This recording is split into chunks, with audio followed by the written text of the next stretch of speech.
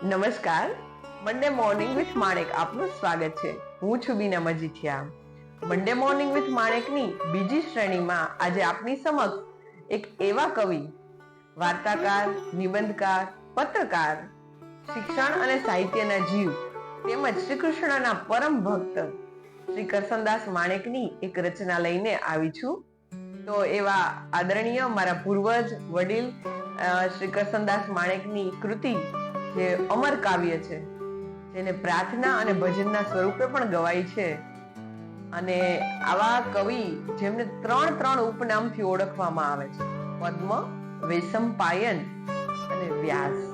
આટલી મોટી ઉપાધિ મળી છે એમની અદ્ભુત રચનાઓ છે. એ તમામ રચનાઓમાંની એક રચના જે મારા જીવનને કાયમી એક પ્રેરણાનું બળ આપતી રહી છે.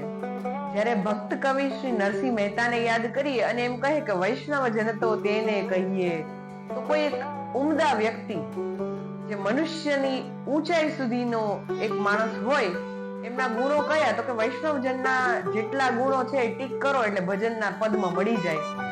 એમ જીવન કેવું હોવું જોઈએ એ જીવન અંજલિ થાજો આ કૃતિની અંદરની એક એક કડીને આપણે પચાવી જઈએ તો જીવન અદ્ભુત બની જાય. તો ચાલો માણીએ આજની આ કૃતિ જીવન અંજલિ થાજો. જીવન અંજલિ થાજો મારું, જીવન અંજલિ થાજો, ભૂખ્યા કાજે ભોજન બનજો, તરસ્યાનું જળ થાજો, દિન દુખિયાના આંસુ લોટા, અંતર કદી ન ધરાજો, મારું જીવન અંજલિ થાજો.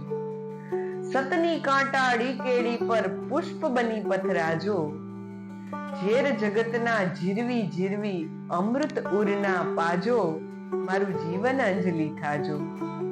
વણથાક્યા ચરણો મારા નિત તારી સમીપે ધાજો, હૈયાના પ્રત્યેક સ્પંદને તારું નામ રટાજો, મારું જીવન અંજલિ થાજો. વમળોની વચ્ચે મુજ નૈયા હાલક ડોલક થાજો, શ્રદ્ધા કેરો દીપક મારો નવકદીએ ઓલવાજો, જીવન અંજલિ થાજો, મારું જીવન અંજલિ થાજો.